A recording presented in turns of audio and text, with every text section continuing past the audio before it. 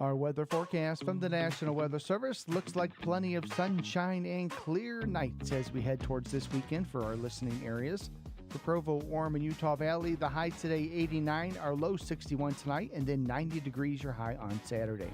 Richfield and Sevier Valley, 88 the high today, 58 tonight, 90 on Saturday. For Price and Castle Valley, more of the same, sunshine, 86 today, clear 58 tonight, sunshine 87 on Saturday.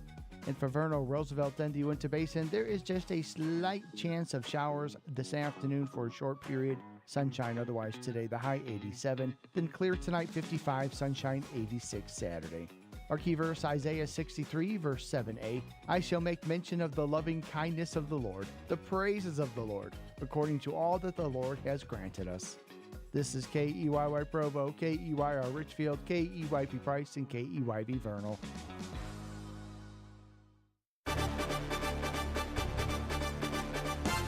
From the Key Radio Studios in Provo, Utah, and broadcasting live throughout Utah County, Sevier County, South Central Utah, Carbon County, and the Uinta Basin, it's your good friends Mike and Heather in the morning. Good morning. This is Mike and Heather in the morning without Mike or Heather. My name is Grant. I'm normally their in-studio producer, but today I'm hosting. I've got Greg at the controls, and I'm joined today by Pastor Chris Dodson. Good morning. Good morning, Chris. It's good to be here. So, Chris, for those who don't know you, just give us a little bit about yourself. Who are you? Where are you from? Where do you pastor? All the good stuff. So I live in Highland. Our church is in Highland, Utah, and pastor at Lone Peak Bible Church. And what else do you want to know? We have a big family. We have a lot of kids. We have a lot of fun, raising our 6 children. So awesome. Yeah. That's very typical for this area. Yep. Very fitting in well. Yeah, you just jumping on that bandwagon. Yeah. It's a big bandwagon, 15 passenger bandwagon. Right. But yeah, it's good stuff. So what's going on over at Lone Peak? Well, we're coming off of a really busy summer. We just had a lot of different outreaches, some different kids clubs, and we're getting ready to start our fall ministries. We'll have some small groups that are going to be starting up in the next couple months. Right now it's kind of the calm before the next storm of all the things that happen in the fall. So yeah. What is a small group? What do you guys do at small group? Mm-hmm. So it's just a smaller group. Yeah, where we study the Bible together. This go around, we're going to have a men's group and a women's group. Okay. And we may be using our men's group to focus in on some particular areas of doctrine. We may tackle some different topics and use it as kind of a opportunity for the community to come and join us to learn more about different things. One of the ideas that we had was to go through what angels and demons are. Okay. And just kind of throw that out as hey, would you like to know more about this kind of thing? Yeah.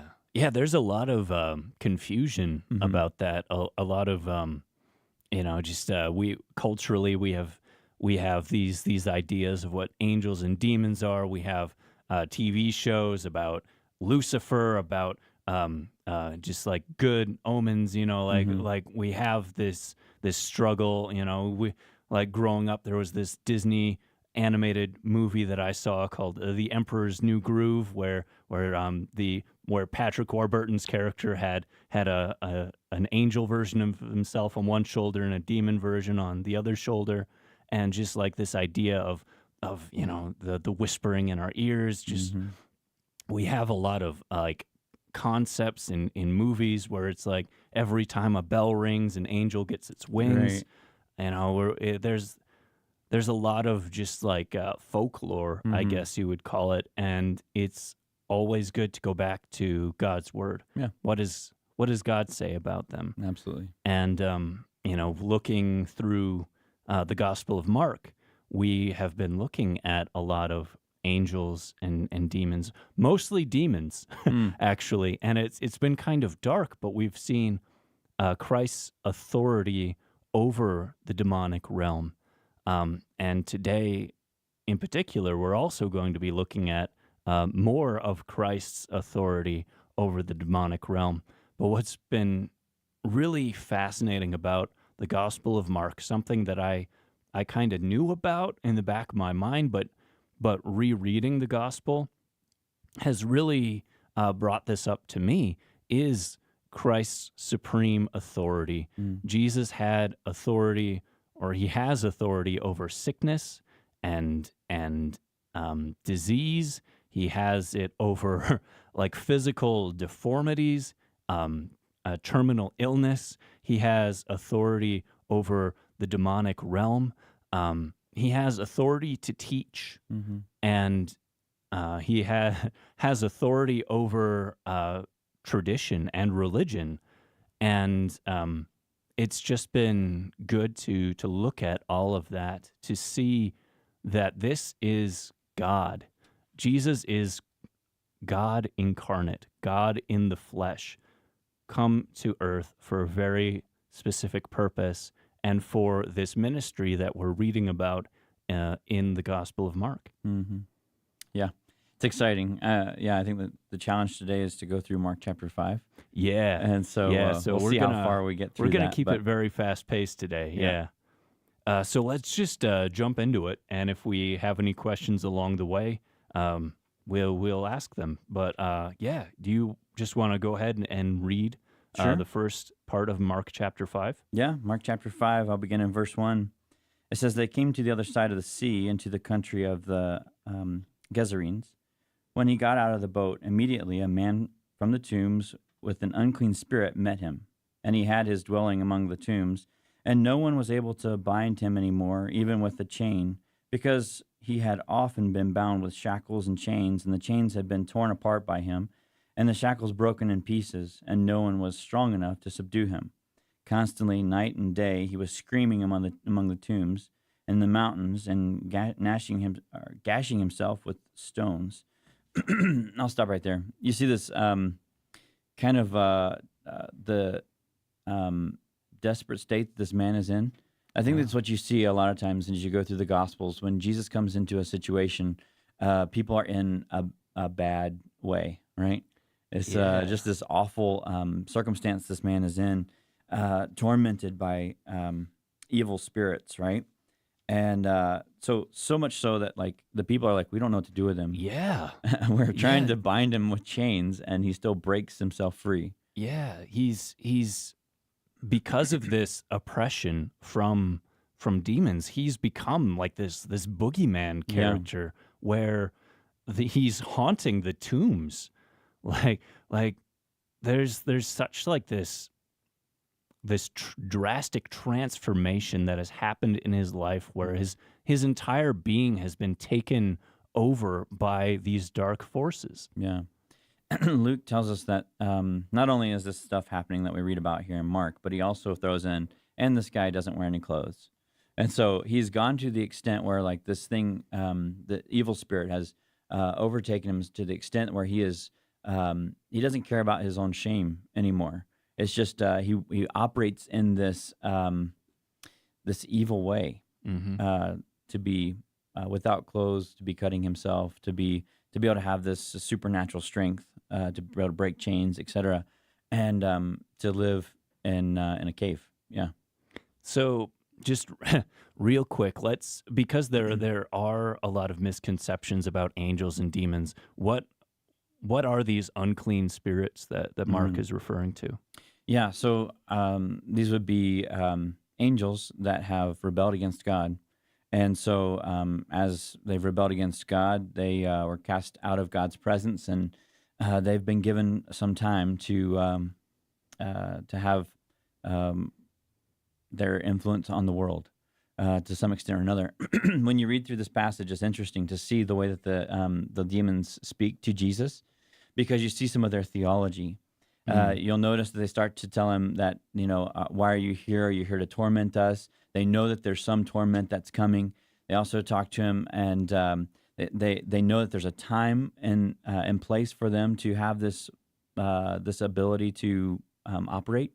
And they're like, it's not time yet. What are you doing? And so they have these different, they have a theology, a working theology, that there will come a time when they will be bound, and they will be cast into a bottomless pit. And so they're like, hey, wait, what's going on? So we can read further, and you'll see that. Okay. Verse 6 continues, "Seeing Jesus from distance, he ran up and bowed down before him." That's important. right? Because this is what we're talking about. Even the forces of evil that are at work in the world, they recognize Jesus as someone who is to be feared, as someone who's to be bowed down to. And so that's what they do, is they run up to him and bow down. I point this out because as you go through the chapter 5 of Mark, I was asking myself, okay, why are these stories put together? Why would Mark compile this in such a way that, God is healing this man of these evil spirits, and he's healing someone who has died, and he's healing someone who has this blood condition. And in all of these cases, he is able to operate with authority to the extent that all the people that he interacts with, they come back and they bow to him. And so this is a significant thing, I think, is that Mark's pointing out, again, like what you're mentioning, the authority that Jesus has over everything, including the evil spirits. And so he runs to him, bows down. I can only imagine what the disciples are thinking at this point, right? They've just come across the water. They've tied up their boat, and then there's this naked man that is running at them that is just this crazed guy. And they've just been through, a crazy event themselves, seeing the authority that God has over the weather, right? Mm-hmm. And so, their minds, I'm sure right now they're just like sticking close to Jesus. Like, what's going on, Jesus? What's this man going to do? And so he runs to them, he bows down. Verse 7, and shouting with a loud voice, he said, what business do we have with each other, Jesus, Son of the Most High God? I implore you by God, do not torment me.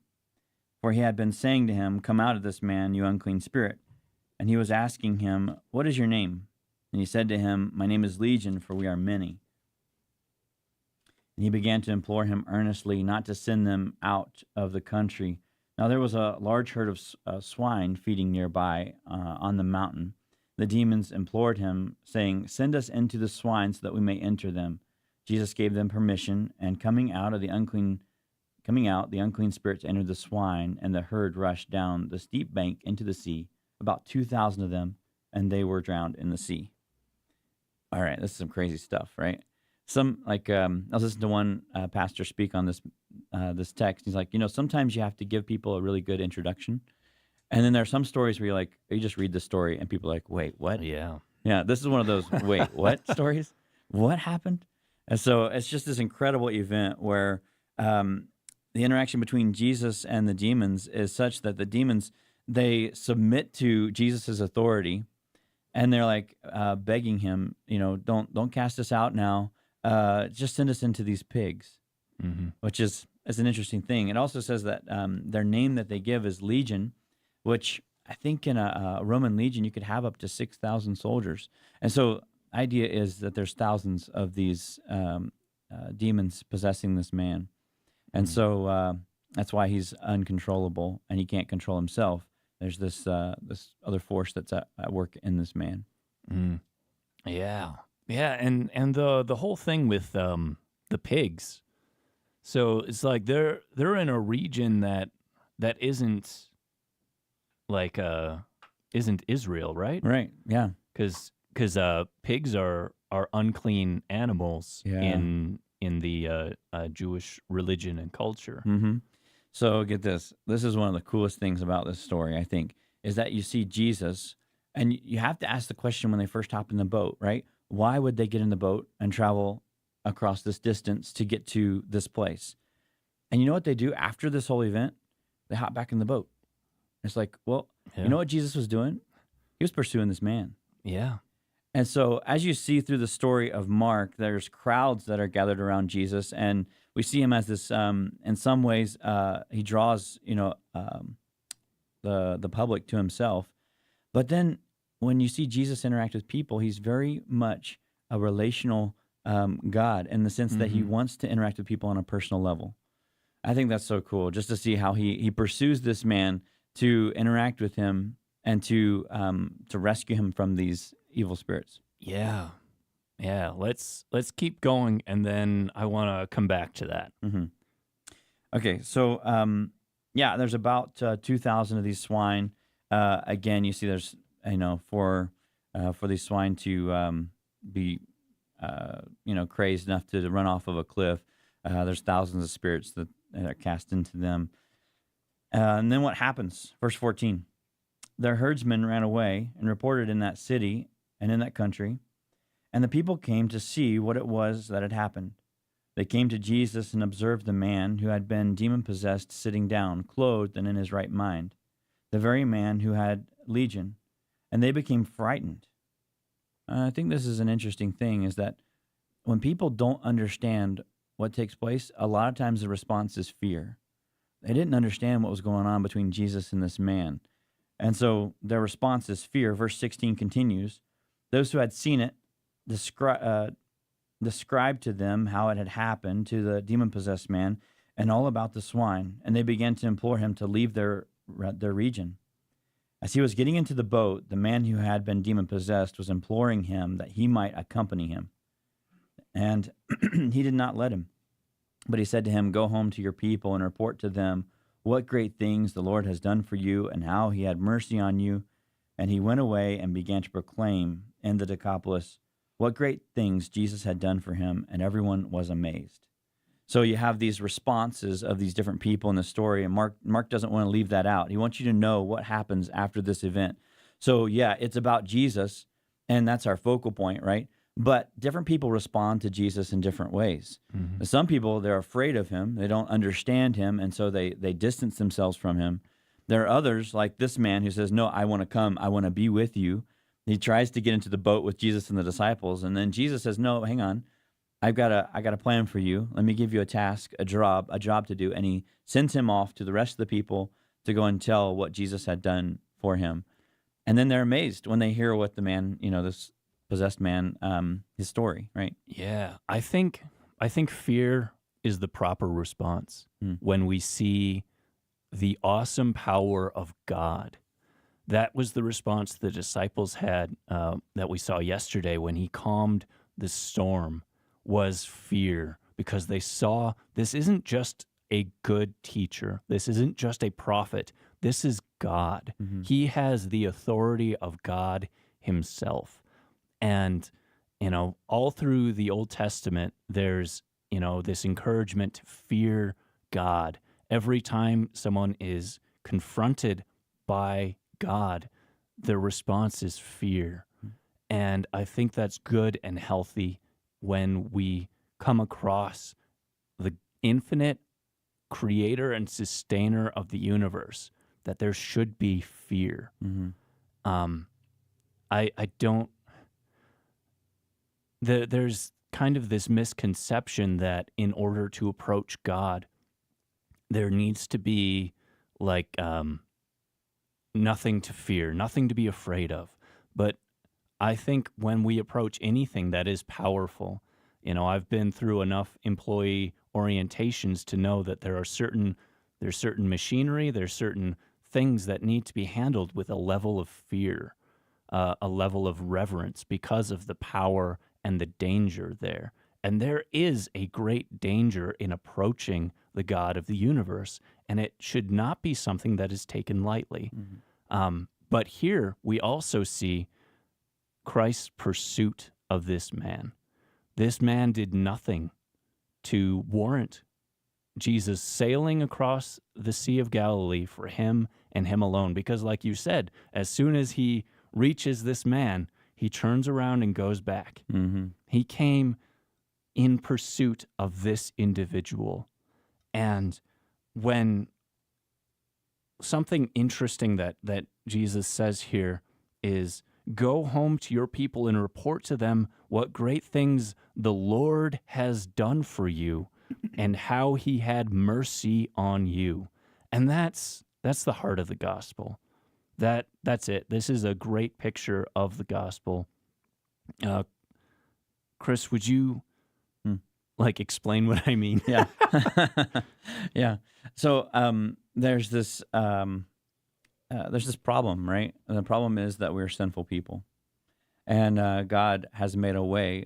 He has solved that problem through sending Jesus into the world, who would be our go-between, would be the one that would be a perfect sacrifice, who would take the wrath of God on himself.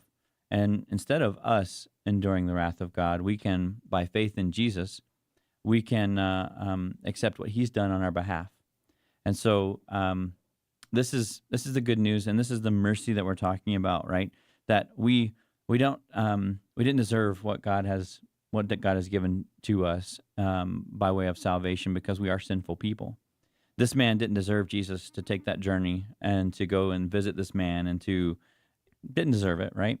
Everybody's sinful. We're all evil, wicked, etc.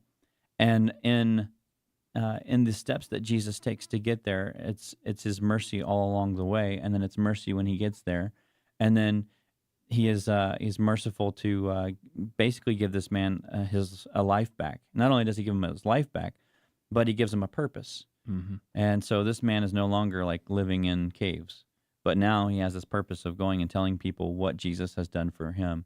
And so that's kind of essentially the gospel, is that God gives us a purpose. He gives us meaning because of what Jesus has done on the cross. We are able to have this relationship with God. Yeah, just like this man was completely overcome by darkness, to the point of he had no control over his life, over his destiny, anything. He was completely consumed by evil. That's us in our natural state, is we are sinful. The Bible says all have sinned and fallen short of the glory of God. It describes us as children of wrath. Many people like to think that we have this spiritual heritage, a spiritual birthright, that we are all born children of God. But the Bible clearly states we are not natural children of God, but we are children of Satan. We are children of wrath. And Jesus calls out people who claim to be children of God, and he says, no, I know you are children of Satan because of your deeds. I can tell by your heart that you are not children of God. And that is essentially what this man is. He is a child of Satan. He is indwelt by these unclean spirits, by these demonic forces. And that's how many of us live our lives.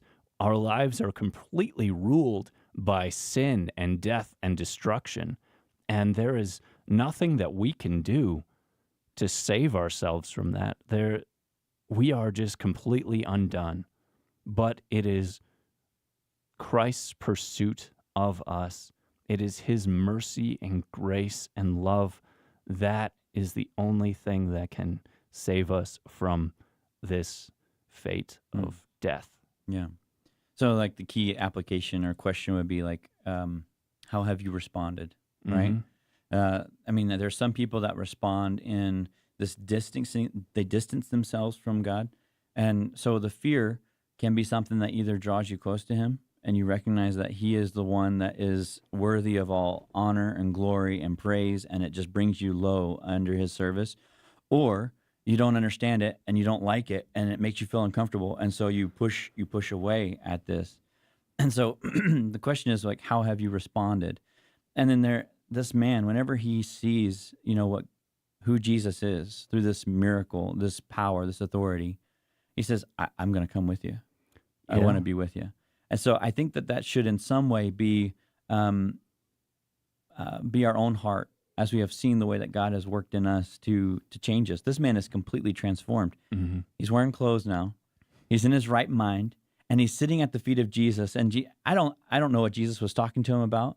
I can only imagine, right? What questions were going on? He's like, how long have I been out of it? What's going on? What's happening in the world? I don't know, right? Yeah. Maybe Jesus is explaining to him who he is, what he came to do. I don't know. But in any case, he's back in his right mind, and he's ready to serve God. Whenever Jesus says, all right, you can't come with me. I got a job for you. Go and do this. He's like, okay, I'll do that. Yeah, that's the response, is obedience. Yeah, I think that is that one cannot just look at Jesus and say, oh, he was a good teacher. Mm-hmm. There are some great stories, some great morals that he tried to teach. It's like, no, there is something that is very demanding about Jesus, where there is a response that is needed, and we can either reject him or we can accept his authority as God. Mm-hmm. Yeah. Yeah. Let's keep going, because we got more to talk about here. Okay. So the story continues, right? Verse 21. When Jesus had crossed over again in the boat to the other side, a large crowd gathered around him, and so he stayed by the seashore. Again, I mentioned sometimes he's dealing with crowds, and sometimes he's dealing with individuals. I can't pass over that too much because I want to point out the fact that God cares about you individually. He wants a relationship with you personally, okay? So although he deals with people in crowds, he also deals with people individually. Verse 22 continues, one of the synagogue officials named Jairus came up and on seeing him fell at his feet. There it is again, someone who acknowledges the authority that Jesus possesses. He falls at his feet and he implores him earnestly, saying, my little daughter is at the point of death. Please come and lay your hand on her so that she will get well and live. And he went off with him, and a large crowd was following him and pressing in on him. So who was this Jairus? He was a prominent figure.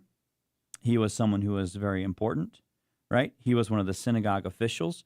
Synagogue officials worked very closely with scribes and Pharisees. They would organize who was going to do the Bible reading for each week. They were in charge of taking care of the places of worship, etc. And so he had this prominent position.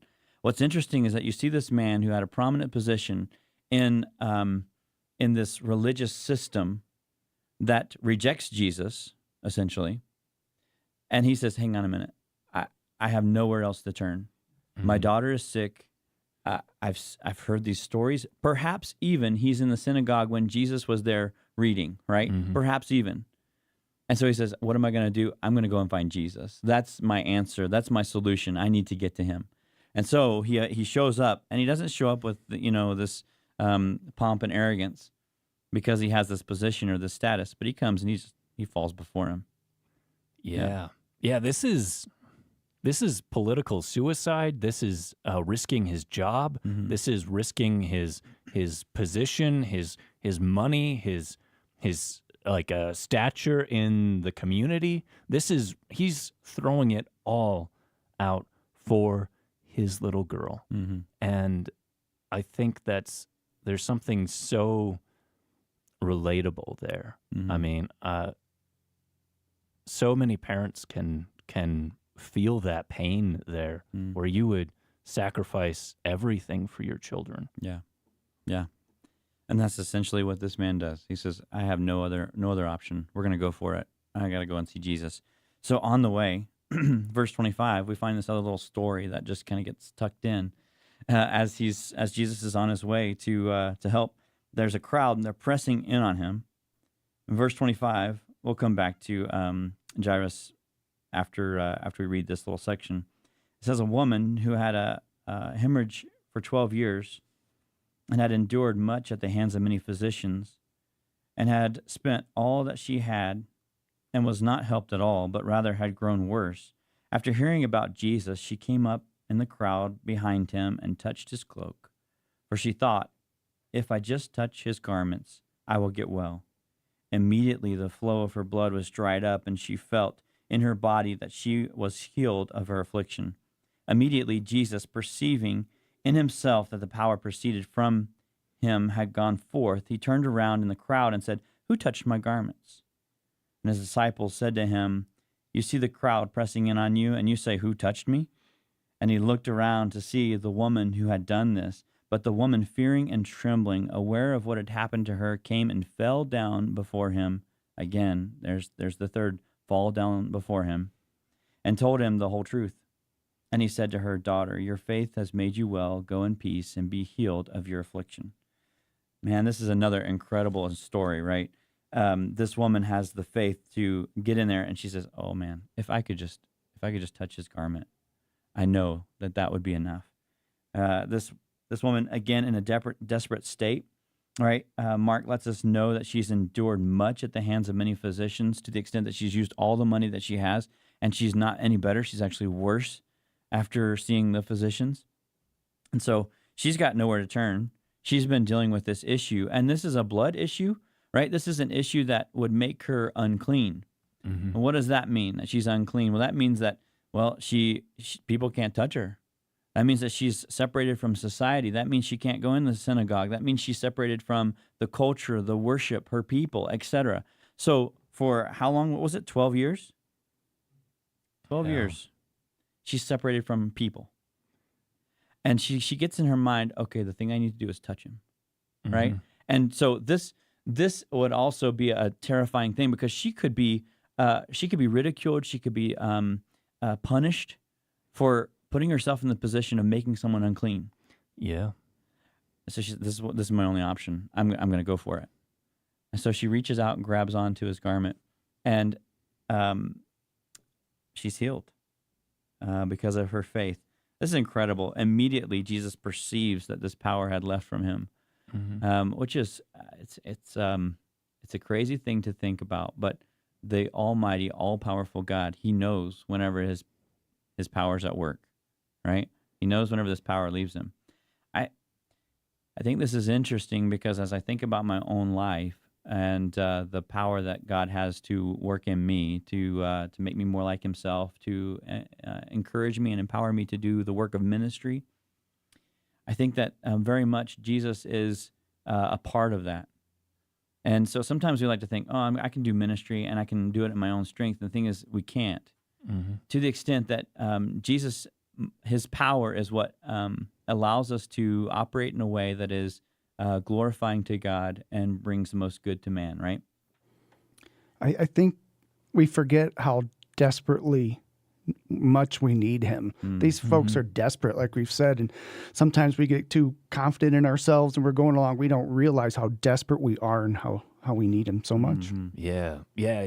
Just this whole medical affliction, that I find that very relatable where we have our faith in doctors because they have a piece of paper on the wall that says that they know what they're talking about, and they try the things, they prescribe things, they say do this, do that, and we can throw all of our money and our faith on them, and they still fail us. They come up short. And I'm not saying don't go to doctors. I'm just saying sometimes there are medical issues that can't be fixed, and we feel so helpless and so broken. And I'm also not saying that just take it to Jesus and He will heal you. We see the Apostle Paul had a medical affliction that he called a thorn in the flesh. It might have not have been a medical affliction. It might have been something else. But regardless, we see that there was something that he said. He prayed earnestly for God to take from him, and God didn't. Instead, the answer was, "My grace is sufficient." So I don't want you to hear what I'm not saying, but oftentimes we can place our faith in very human things. We can put our faith in professionals, in doctors, in systems, in governments, in just in society, and all of those things will let us down at some point or another. And it's only placing her faith in Christ that made any difference in her life. Yeah, I'll say what I think the point of the text, one of the key things that it's pointing out again is that personal interaction that God has with us. If you find yourself in that situation today and you're like, I don't know what to do, I have this physical ailment, what can I take away from this? How is this helpful to me? I want you to know that God is not unaware of that affliction that you're going through. And so he's very much present in what you're going through. And so the question is, well, what is he doing? And I can't answer that, but he's doing something. I can promise you that. He is doing something. Yeah. There's hope in that he's doing something. Yeah. And it is a very difficult situation.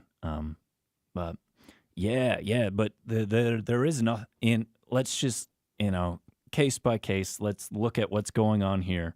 And this is what happened in her case, that she had this affliction. She knew the only way to the only one who could help her was Jesus, and she placed her faith in him. that all she had to do was touch his garment. Mm-hmm. The one thing she hadn't done for 12 years, never, no one shook her hand, no one gave her an embrace. She's an outcast. Yeah. And she steps in, I'm going to touch him. Yeah. Yeah. It's very like basic knowledge that when something is unclean, when something is dirty, and it touches something else that was clean, that makes the clean thing dirty. You know, the dirt will rub off on it. The germs will get on it. You know, it's like I would have eaten that sandwich until I dropped it on that into the dirt, and then I picked up the sandwich, and now that white bread isn't white bread anymore. It's got a lot more grit to it, and so it doesn't. You know, you drop that ice cream cone, it's not coming back the same.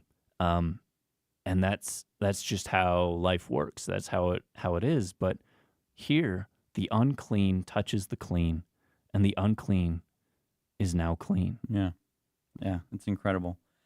Not only is she made clean, but Jesus stops for a minute. He could have kept on going, right? Mm-hmm. He's on a mission, right? He's going to help Jairus' daughter. And yet he says, hang on a minute. Let's stop right here.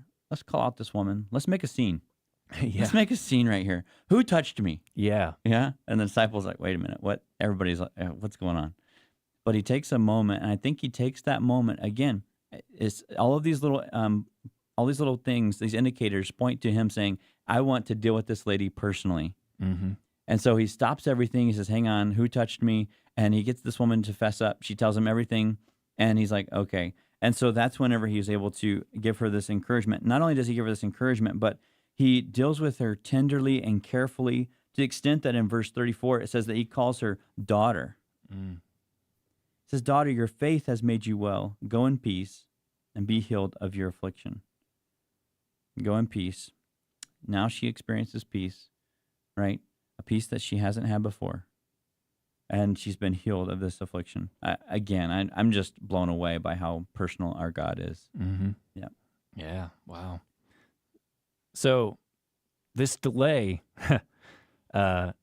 also has an unforeseen circumstance, like consequence there. Mm-hmm. Yeah, there's a little application in that too, right? We can get so focused on our task at hand that we might miss out on an opportunity as we're going about whatever it is that it might be a good task, right? Jesus is going to help this man, right? His daughter. And even though he's going to do a good thing, he says, hang on a minute, I got a minute for this lady. She needs help. We're gonna fit this in. But from a human perspective, he didn't have a minute. Right. Because while in verse 35, while he was still speaking, so let's keep going there. All right. While he was still speaking, they came from the house of the synagogue official, saying, your daughter has died. Why trouble the teacher anymore? But Jesus, overhearing what had been spoken, said to the synagogue official, do not be afraid any longer, only believe. And he allowed no one to accompany him except Peter and James and John, the brother of James. And they came to the house of the synagogue official, and he saw a commotion and the people loudly weeping and wailing. And entering in, he said to them, why make a commotion and weep? The child has not died, but is asleep. They began laughing at him. But putting them all out, he took along the child's father and mother and his own companions and entered the room where the child was. And taking the child by the hand, he said to her, Talitha cum, which translated means, little girl, I say to you, get up. Immediately the girl got up and began to walk, for she was 12 years old. And immediately they were completely astounded. And he gave them strict orders that no one should know about this, and he said that something should be given to her to eat. Wow. Yeah. What stands out to me immediately is how he's doing this in secret. Mm-hmm. He only lets in a few of his disciples and the parents, and he tells everyone, it's like, hey, she's not dead. She's just sleeping. Yeah. Which, I mean, that's a lie. Right? She is dead. So does God lie? No. In the sense that to Jesus, it was as if she were sleeping. He could wake her up. Yeah. Yeah. Yeah, that's interesting. Because it, from a human perspective, that is a lie. Mhm. But from from the eternal perspective, from looking back on it, Yeah, he could wake her all up. he had to do was go in there and tell her to get up, and she Yeah. got up. Yep. But there's such authority there Mm-hmm. when he has this shows that he has authority over death. Yeah. That death is nothing more than sleep. That it's as simple as waking someone up to Jesus. That he has that authority. That's what are your thoughts on this story? Well, there's some interesting things that are happening here, right? That they show up and they're like, "Hey, Jesus, don't even worry about it. Don't bother the teacher anymore. It's too late." Jairus is in this desperate state, and if I were Jairus, I'd be like, Jesus, why did you even stop to help that woman out? What was going on? He'd just be frustrated and upset and broken because my daughter has just passed away. But Jesus heard what was being spoken, and he says, "Do not be afraid any longer, only believe." The issue with him was there was also some fear involved, and that was the fear that he had to address. That his worst fear, probably, that his daughter was going to die. He says, "Hang on, you don't need to be afraid. Don't be afraid of that. But you just need to believe." And so he says, "All right, I'm just going to take my inner circle." This is the first time the inner circle is identified. And so he grabs these three disciples, and they go with him. And they've already started the funeral. Like when they show up, there's music that's playing. They've hired some people to be crying. They've hired people to play some horrible sounds to make people want to cry even more. And that, it just is, they didn't have embalming and whatever else that we do today to preserve people. It happened quick. So they get, someone dies, they put them in the ground. It's pretty quick, or in a tomb, etc. And so all of this is already happening when Jesus shows up. And so there's kind of this scene. There's all these people, and Jesus comes in and says, "Why you make all this commotion and weep? The child's not dead, but asleep." And they begin laughing at him, right?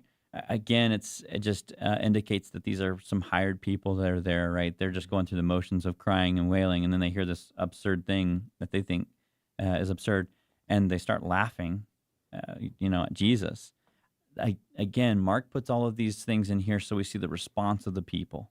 Mm-hmm. Jesus comes along and they say, "Oh, what's the response?" "Oh, we're going to laugh at him." Surely he doesn't have, she's not asleep. Jesus, what are you talking about, right? And then, but Jesus says, "Wait, don't be afraid, but you are to believe." And so he goes in, visits with the girl, takes along with the child's father and mother, his own companions. They enter the room where the child was, and he takes her hand. Again, I think that's a personal thing, right? Did Jesus have to touch her hand? No. Why does he do that? He's a personal God. Yeah. He wants to interact with his people. Yeah. And then afterwards, he's like, "When was the last time she ate?" Mm-hmm. Make sure she has something to eat. Like that's his heart. That's his concern. Yeah. What stands out to me in just reading this though is someone has made the funeral arrangements Mm-hmm.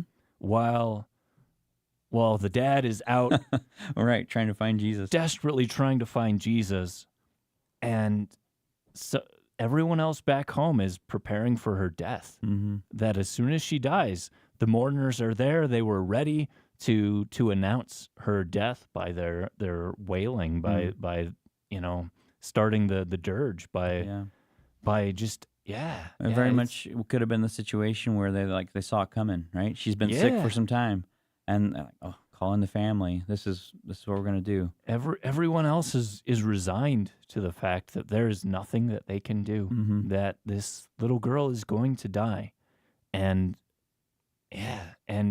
everyone else is like, worst case scenario is happening.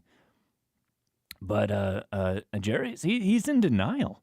He's like, no, there is someone who can help us. Yeah. And he goes to the only one who can help them, and that is Jesus, Mm-hmm. who has authority over death and life. Mm-hmm. Yeah, that's good. I think in each of these stories, you see someone who's afraid of something, right? Mm. And in that fear, they have a response. You know, the man who is crazed. There's the people that are afraid of Jesus after they see his power, and then this woman is afraid of. Well, I don't know how much she's afraid of him, but there's certainly people that are afraid of her, and so she's this outcast on society. And then Jairus is certainly, there's the people that are there's this fear in his heart, right? And Jesus says, just believe. So these people have fear, and so I think these stories are so relatable because fear is the thing that we can relate to. Like, we've all been afraid of something at some point. And in each of these situations, the answer to that fear was to draw near to Jesus. Jesus is what enables us to operate in a way that is honoring to God and in a way that is holy when we find ourselves in a fearful situation. Yeah. All of these things are so big. They're so vast and outside of our control. We can't control. In the previous chapter, we saw we can't control the weather. We can't. And this weather was natural disaster level weather, and we can't control evil. We can't control darkness, the demonic realm. We can't control our own health. We can't control death. These are all things that are big and outside of our control, and they're all things that we struggle with. Some are more prominent in some people's lives than others. I have dealt with a lot of sickness and death in my life. A lot of people that I know have people close to me have dealt with terminal illness. We've been faced with death, and that ultimate, just worst case scenario playing out in front of us, and just having no control over the situation. But the truth is, God is in control, and He loves you. And no matter what it is you're facing, God is there, and He is in control. And I think it is important to remember that He is pursuing you, that you as an individual, you matter so much to God, and your pain is not going unnoticed. Your struggle is not unnoticed. God sees you, and He wants you. Yeah, I agree. So often I think that we face these trials, and the trials can be a tool that God uses to bring us to Himself. When we were able to recognize our insignificance, when we recognize our own inability, we recognize His ability, His greatness. And when we see the way that He works through these things, it should bring us to a point of worship. We are the ones that are unclean, right? And just like this unclean woman who touched Him, touched by Him, etc., whatever, His power was greater than that uncleanness. And this is 12 years she deals with this, right? This girl that is brought back alive. She's 12 years old. It's interesting to see the way that God deals with people. He could have very well been that it was all leading up to this moment for those people, to this moment in which Jesus would be glorified as the one who had this authority. Not only does He have authority over Satan and demons and spiritual forces of evil, but He has authority over your physical health, the physical everything, right? And then He has authority over death, which would be, as we see, would be like the greatest weapon, the greatest tool that Satan has at his disposal, and he throws it against Jesus, right? As Jesus is killed, dies on the cross, and Jesus not only has the ability to help others overcome death as He brings this girl back from the dead, but this is just kind of like a foreshadowing of the victory that he has, that he's going to win as he goes to the cross, having victory over death. Yeah, and it's an interesting quote here from Jesus when he says, "Don't stop believing." You know, it's the I lost it. What verse was that? Where 36. Yeah, where he says, "Do not be afraid, only believe." And I'm seeing this note Yeah. here that says, "Keep on believing." Yeah. So that's there will always be times in our lives when we're faced with something where it's like God has been faithful up to this point, but now this happened, and this is something that rocks everything. It just such levels of fear because it's like I'm able to accept that God had control over this element, that Jesus had authority here, where he had authority over sickness, and he had just witnessed his authority over sickness, but now we've crossed that threshold, and now it's over death. It's a whole new ball game right here, and we will encounter those things in our lives when we won't realize that we had this mental block until we cross that threshold, and then we have to ask, is God faithful even now? Mm-hmm. Is God still good? Is he still who he says he is?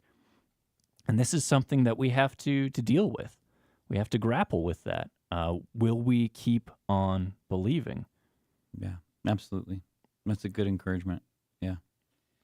I think you see the response again of these parents as the little girl is brought back alive. They're amazed at what Jesus is able to do, and literally translated, like they were out of their minds, right? It's like they couldn't believe what had happened, beside themselves, right? Yeah. What just happened? Can you imagine, like the what goes on is, you want to tell your family, hang on, yeah, there's no funeral, go home. The emotional roller coaster that they have been on that day, right? Yeah. Just, oh, my daughter died. Oh, wait, she's alive. What, just I can't think of more extremes than going through something like that. Yeah. And the fact that Jesus wants it kept secret at this point. Yeah. That's when we look at these like faith healers, when we look at these big, people who are like, hey, I can perform miracles.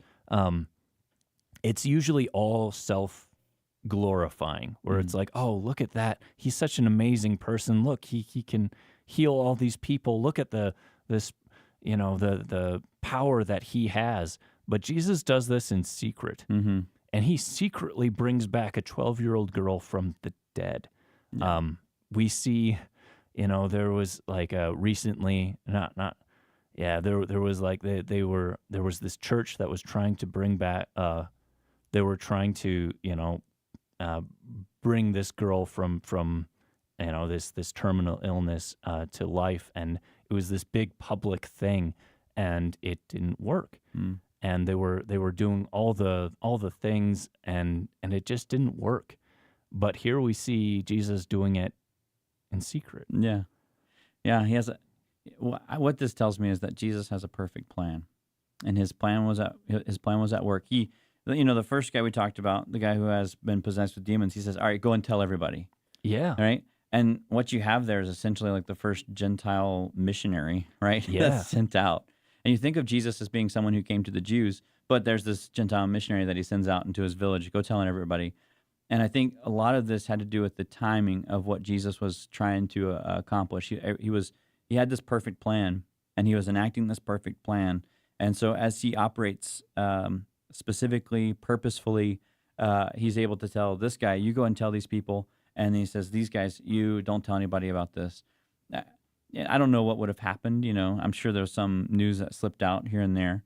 Yeah.